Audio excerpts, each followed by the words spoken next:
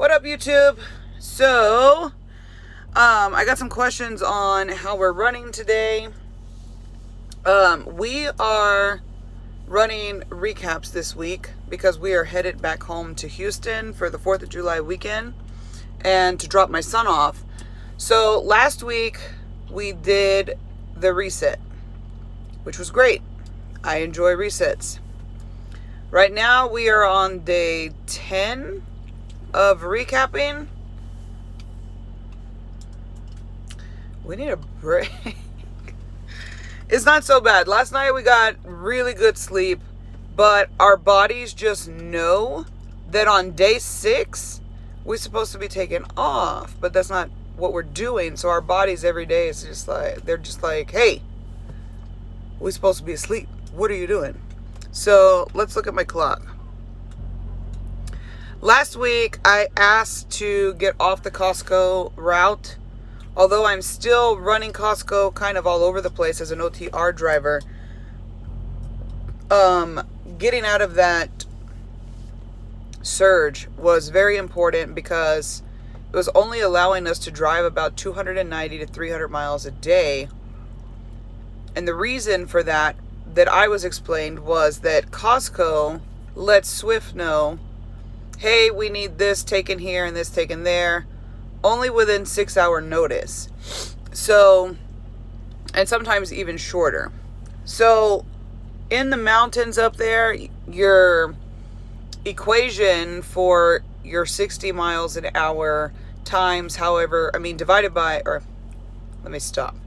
The miles of your trip divided by 60 miles an hour is a pretty good estimate of how long it's going to take you to get there. Even though we drive 65 in most states, in most areas, always use 60 miles an hour because with traffic and depending on where you're at, you're not always going to be able to go 65. So 55 to 60 is more realistic. 60 for all states outside of the West Coast, meaning California, which is only 55. Half of Oregon is 55, the other half is 65, and Washington for the most part is 60 to 65. Everywhere else, you can usually put 65 and you'll be all right, but always use 60. So when you do that and you're in really high mountain ranges like Mount Rainier up in Washington and all these other different mountains up and down the West Coast, the volcanic national forest that you drive through, anywhere on I-5, you're going to have slow traffic if you're heavy. If you're light, it's still going to take you a little while to get up the mountain, but you're still going to be able to kick it at a pretty decent speed, about 40, 45. I mean, the tractor itself weighs 12,000 pounds, so you're still not going to be able to figure it out until you drive it. A good way to do it is just take your miles. If you're up in Washington, Oregon, California, take your miles, divide it by 50. It's a pretty good estimate of how long it's going to take you to get there. So, in all actuality, could you run 2 Costco trips in the Washington area, going South Washington to North Washington, or even over to Idaho?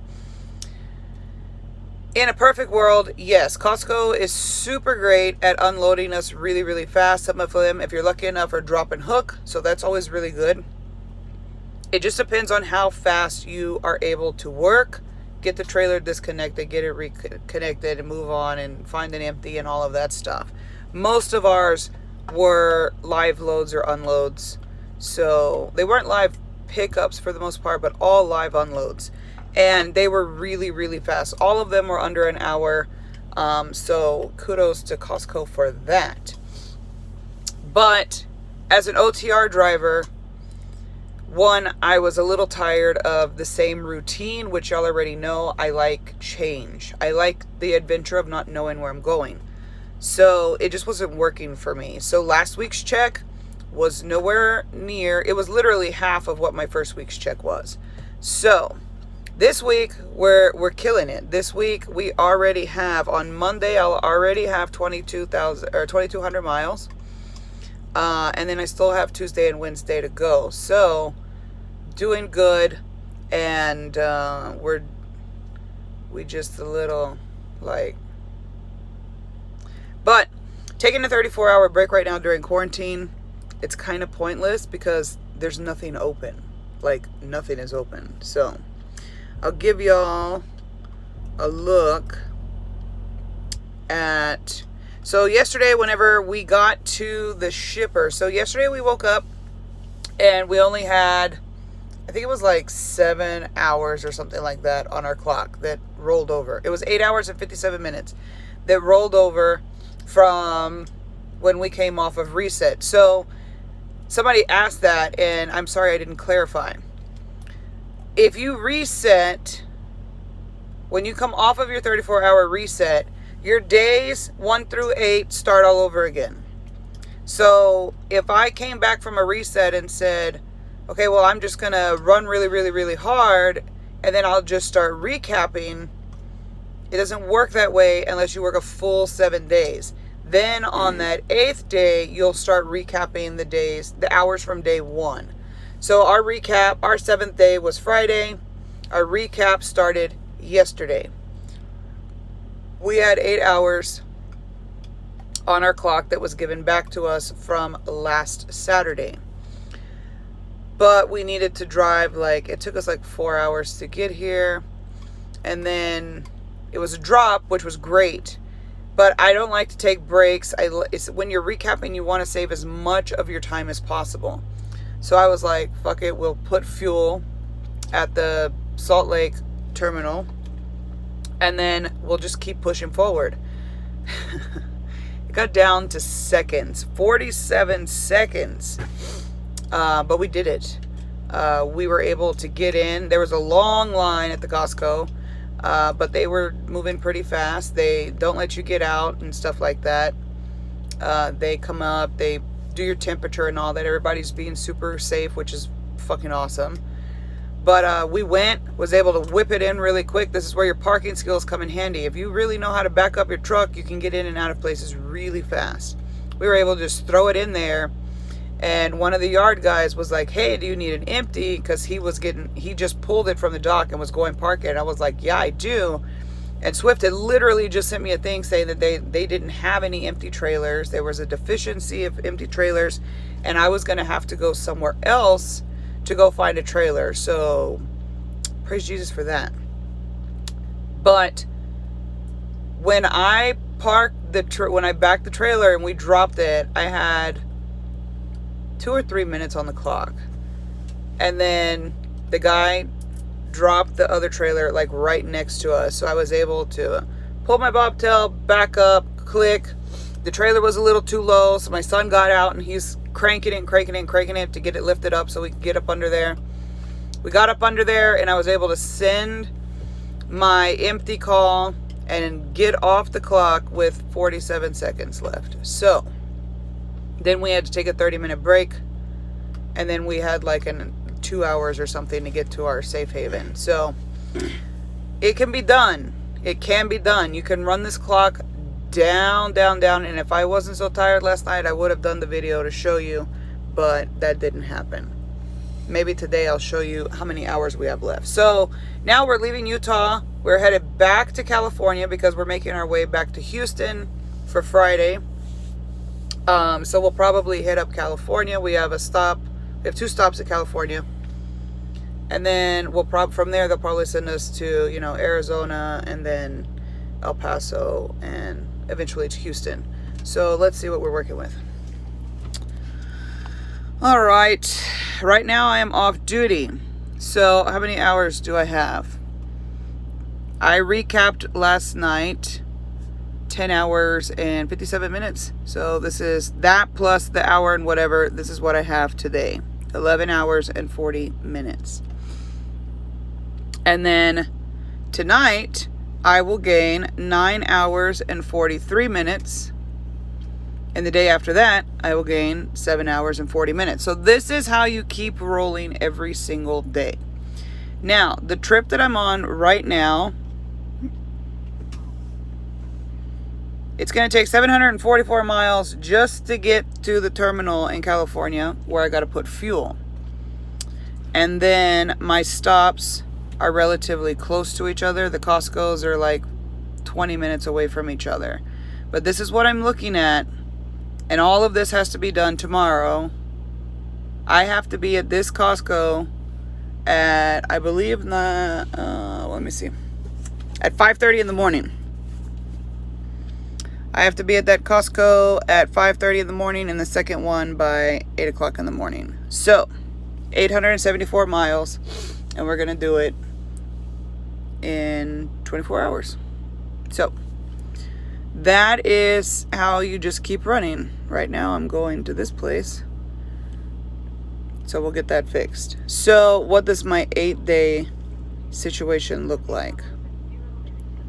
It looks like you're not going to run 500 to 600 miles a day when you're doing recap. You just don't have the time to do it. Oh, I hate when she acts cuckoo. All right. So, that's what our miles have been looking like. This day here was a bust. Oh my God. I don't even remember what happened that day and why we didn't go anywhere, but it had something to do with Costco and the area that we were in. It's really all I'm allowed to say. So, that day was a bust. I was not happy about that day, but for the most part, I mean, we're still running close to, a lot of people come out here and, oh, you got to run 500 miles a day. You got to run 500 miles a day. Sometimes you don't got the time to do it. Yesterday, I didn't have the time to do it. So, you certify your logs. Life is great. And we keep it moving. So, you can run. So, I've done the math. This is our 3rd week out. I've done the math.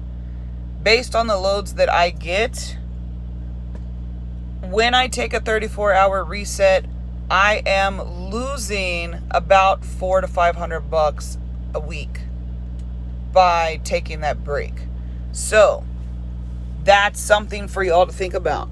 Are you willing to give up $400 or $500 that's just there if you just keep moving? My answer is going to be, it's just going to depend on how I feel. I really do enjoy the 34-hour break. Is the extra money nice? Yes, but this isn't my only source of income, so it's not life or death for me. If you're coming out here and this is your only source of income and this is what your livelihood depends on, then you may want to run like this every single day, and there's plenty of people that do it. Kudos to y'all who run on recap and just go for however fucking long y'all go for. One guy at one of the terminals said, he was like, I haven't taken a day off in 3 months. And I was like, whoa, this explains a lot. But that's a different story. But the choice is yours. The money, you are leaving it on the table, just like I'm leaving money on the table by not being a mentor. But that's just my personal preference. Do I have a lot to offer somebody as a mentor? Yes. There are a lot of things that I learned from both of my mentors and just stuff that I've learned in being out here. And lots of really, really cool tricks that I've learned on making the clock work for you and you not work for the clock. I get tons of questions about that. It's just something that you have to see and be able to do. You have to make sure that you have the stamina to push this clock to its limits. And you have to pray that everything works out great. Best case scenarios happen. There's no traffic. That you don't hit a deer, a moose, a bear. When you're on the West Coast, there's no telling what's going to come out of those mountains. Yesterday, here in Utah, we just saw blood just everywhere, all over the highway. Every street we turned on, there's just blood everywhere. And it's the reality of the job. But I can sit here and tell you, oh, I've done this, and this. I've shown you what I've done, but you may not be able to drive like I can. Maybe you can drive better than me. It all depends on who the person is behind this wheel. So, keep that in mind. We're choosing to do recap until we go home. And then while my family is going to be super excited to see me, I'm going to be super excited to take a really long nap. And my son feels the same.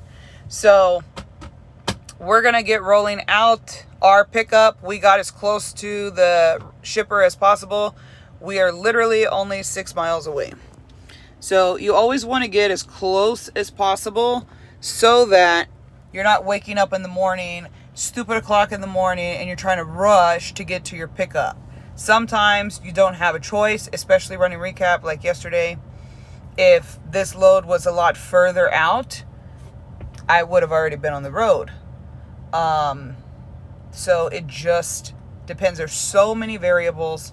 So for those of y'all asking, how do I do this? How do I do that? Sometimes there's not a cookie cutter way to do everything. It just depends on your circumstances, how you drive, and what elements and variables are going to come into play.